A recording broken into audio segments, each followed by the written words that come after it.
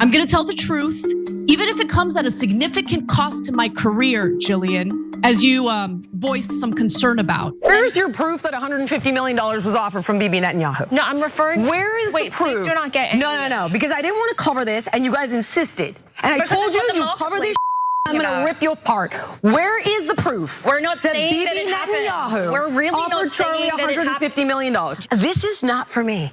I'm not interested in this. Okay, I love you know. guys. I know. I'm sorry. Let's be good. Let's be good about precious Israel. Let the country committing a genocide. Yeah. Well, as you just saw from that video, Jillian Michaels, who co-hosts Her Take along with me, Amy Dangerfield, and Lindy Li, quit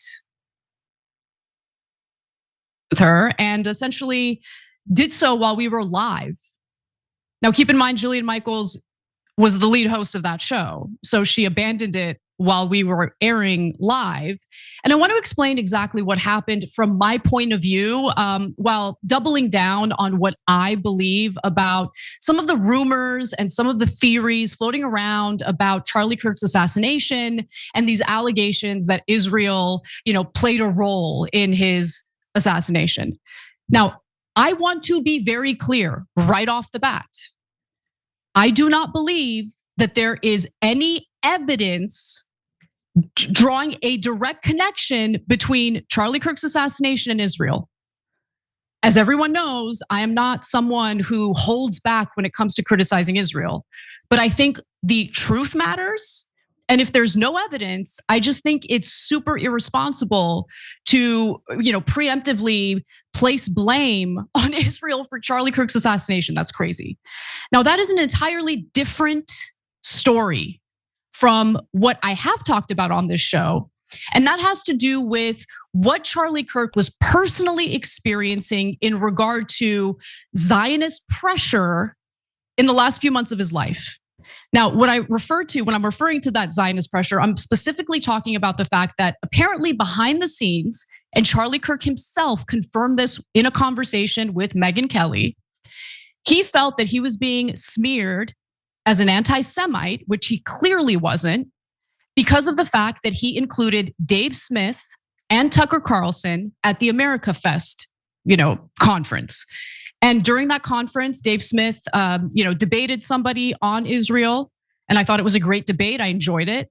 And then Tucker Carlson, of course, gave that speech in which he, floated the idea that Jeffrey Epstein was a Mossad asset. Okay. So I think that if you're going to be part of a group of people, and as Charlie Kirk very much was, that purports to want to be inclusive of all points of view, debate all points of view, not try to censor people because of wrongthink, then yeah, you should be inclusive of voices like Tucker Carlson's. I mean, he's one of the top conservatives in this country in terms of media.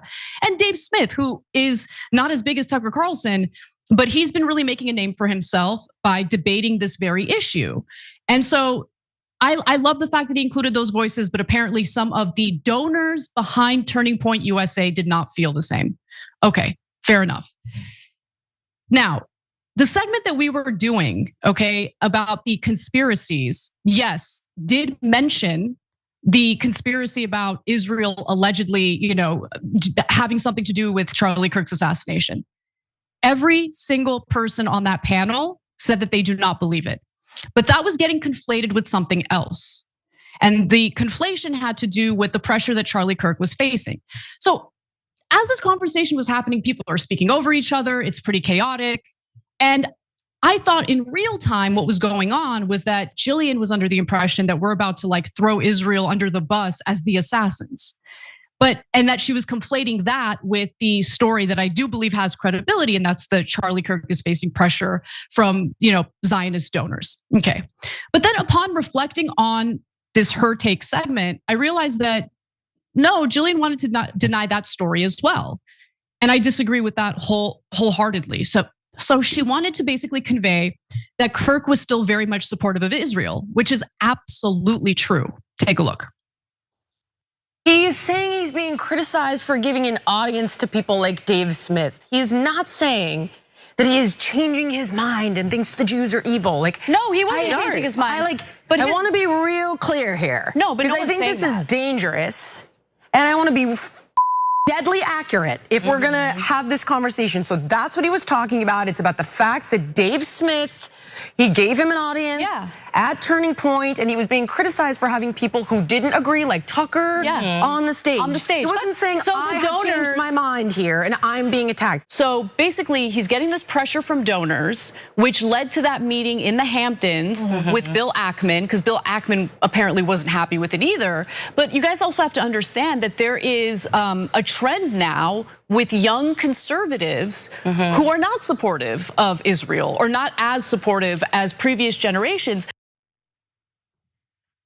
So at this point, I'm under the assumption that we're all on the same page, because you just heard Jillian Michaels repeat what I believe, right? That Charlie Kirk was facing backlash. He didn't like the backlash. He was public about the fact he didn't like that backlash as he was speaking to Megyn Kelly on her show. Okay, fair enough. Now, at one point, the claim that pro-Israel donors had offered Kirk and Turning Point a $150 million cash infusion as a way of influencing him came up. And Jillian thinks that the claim is spurious, and I haven't seen hard evidence. For now, there have been rumors about that, but she is right that there isn't hard evidence of it. And she was very stuck on this point. Okay, so let's take a look at that part of the conversation. Where's your proof that $150 million was offered from Bibi Netanyahu? No, I'm referring. Where is the proof? Please do not get. No, because I didn't want to cover this, and you guys insisted, and I told you cover the. I'm gonna rip you apart. Where is the proof? We're not that saying Bibi that it Netanyahu happened. We're really offered not Charlie saying that it $150 million. Jillian, so we're not. Okay, so what we're reporting on is now people in the marketplace, what they're saying. This is a discussion that's happening literally everywhere. We would be remiss if we didn't cover it to debunk it. This conversation. It's still, over a week. It's still that pretty prevalent. Is a week old. It's still going on, Jillian. Okay, well, nevertheless, where is the proof that actually happened? I just said, according to this guy's reporting, he was offered $150 million. Okay, that was also corroborated by Candace. It was corroborated by Candace, and not only that, by Nick. And also okay, because that's, listen, I like Candace. She has, people from his own team have said he has not seen her in years. And yet last year they were on tour together. Okay, no one has reported that Benjamin Netanyahu personally has offered or had offered Turning Point USA $150 million. There was reporting that pro-Zionist donors offered a cash infusion, and that Charlie Kirk rejected that, along with Benjamin Netanyahu's trip. He offered a trip for Charlie Kirk to visit Israel again. Now, we all know what those trips to Israel are all about. It's basically re-education camp. Don't you know better than that? You shouldn't be critical of, he wasn't even really all that critical of Israel, to be honest with you. He didn't want to invade Iran. I obviously agreed with him on that. But for the most part, I saw him constantly defending Israel.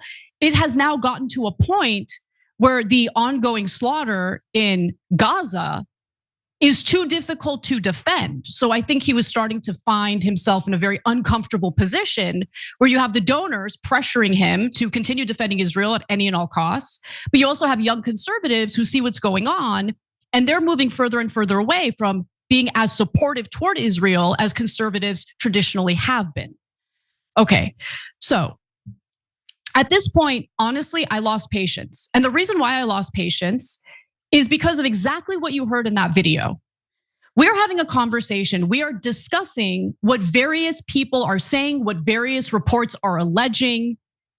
You have to get through the presentation of the story and what the various people are saying before we can all weigh in on what we think and what our analysis is. But we never even got there.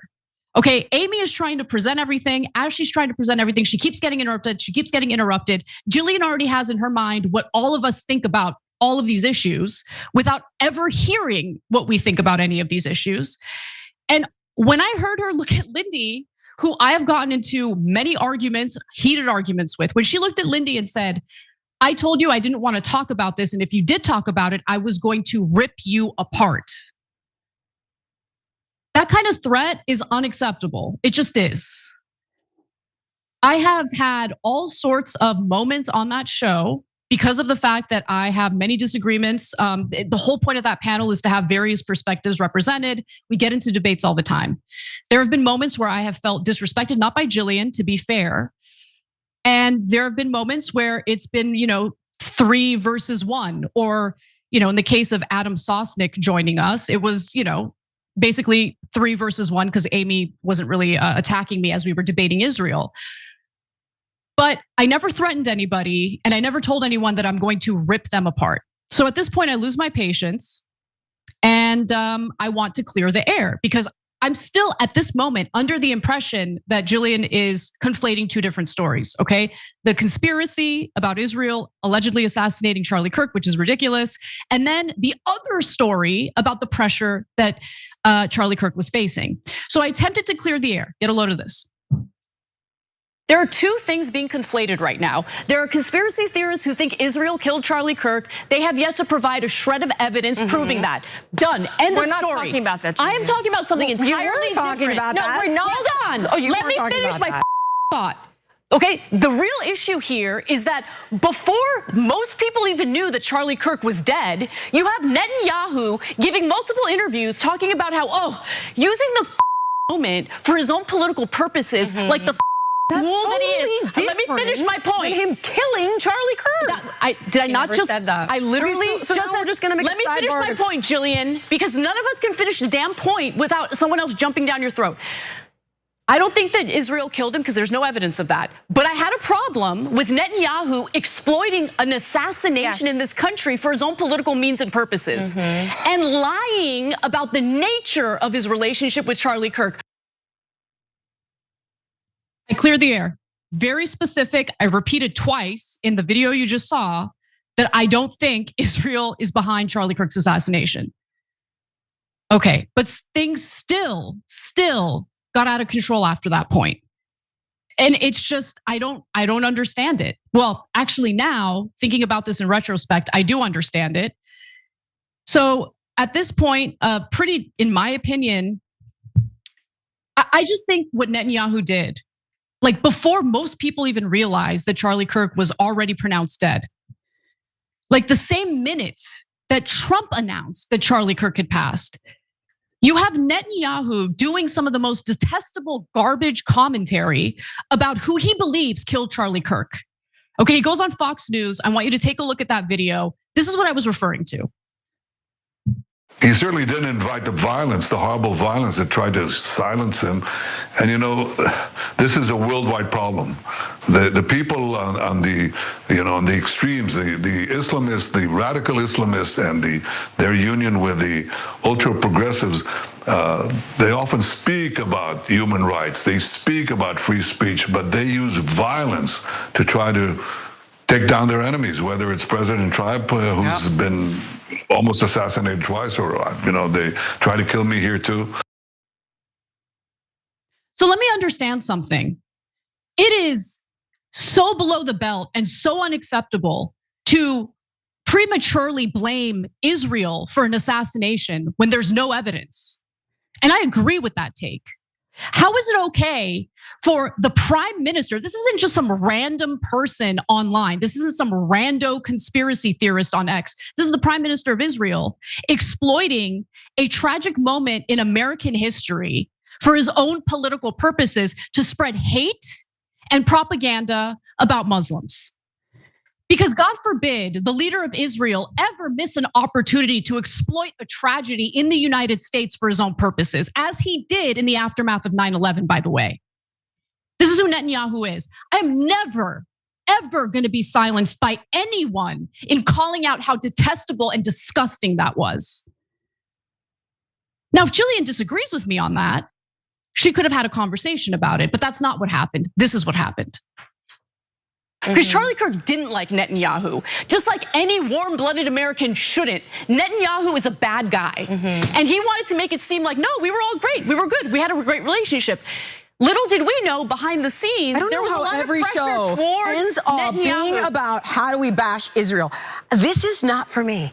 I'm not interested in this. Okay, I love you know. guys. I'm sorry. Let's be good. I Let's be good have about zero precious interest Israel. Let the country committing a genocide. Yeah. Okay. Zero. I think you guys are great. I fundamentally disagree with you. about like every show doing this. I'm sorry. Cool. So can we continue the conversation? Yeah, let's. Okay. And you wanted to do it anyway. Let's finish the last topic. All right. All right. Wow. Okay, guys. So again, to clarify, I don't think Israel did it. I'm sorry, it is not some angelic country. It's a foreign country, and we have the right to be as critical of a foreign country as we want. We have the right to be as critical of our own country as we want. That's my take. And upon reflecting on that moment and the fact that the actual lead host of the show quit the show live on air because she's so offended that we're critical of Israel, that was not only unprofessional, it was disrespectful to everyone that was involved in producing the show, working on the show. I traveled from Los Angeles to Florida to host the show. That was disrespectful beyond words, unprofessional beyond words, period. That was basically taking a big crap on all of us live on air because she allegedly doesn't like that we're too critical of Israel. Let me just say something. I will be as critical of Israel or any country as I want. We have a production meeting prior to every taping, every live show. She's part of those production meetings where we decide what the stories are. I take detailed notes to make sure that we're all on the same page. We all know what we're going to discuss. At no point during that production meeting did she push back on the idea of discussing this particular topic. The day before the show, as she typically likes to do, she tried to change the entire rundown, or at least add some weird Islamophobic story about how like, oh, there's a Muslim person or a Muslim leader in Texas or something who is going to Muslim-owned grocery stores and calling them out for their hypocrisy because they're selling pork items. I don't care. I mean, you have conservatives protesting abortion in front of abortion clinics. This is America. Wakey, wakey. This is what religious liberty is. Religious people get to protest, things that they don't agree with as it pertains to their religious doctrine. But some weird hyper-local story that's specifically meant to demonize Muslims, no, she wanted to do a quick rapid fire round where we talk about those stories without any debate. And I said, no. That's a story that's worthy of debate. So we didn't add it, literally a day before our show. And what she said there, it was just so clear. It wasn't about reporting what was correct, what was incorrect, what had actual evidence behind it, what didn't have evidence behind it. She just didn't like that we were being too critical of Israel. A few weeks ago, she was trying to encourage me to sign on to a debate on the show with Coleman Hughes, who had just put out a piece denying that there's mass starvation in Gaza. Okay. When you walk off the show because your feelings are hurt and you're the main host of the show, that demonstrates a level of disregard and unprofessionalism that I'm not going to stay silent about. And to twist our words and make it appear as though we're trying to draw a connection between Charlie Kirk's assassination and Israel is ridiculous because literally no one did that. And today, there's even more evidence backing up what I believe is credible, that Charlie Kirk was in fact dealing with a lot of backlash because he's being inclusive of voices who are critical of Israel. And he felt afraid to be critical of Israel himself, as you're about to hear in this next clip. So today, Kirk's producer, Andrew Colvett, clarified that, yeah, Charlie Kirk was getting backlash and he was pretty irritated by it. Charlie's position on Israel was very clear. I like them more than I like Hamas. I just wish I was free to criticize Israel and not be labeled an anti-Semite, because I can criticize my own government and not be called anti-American. Right. But why do I have more freedom to do, that and not criticize, a foreign government?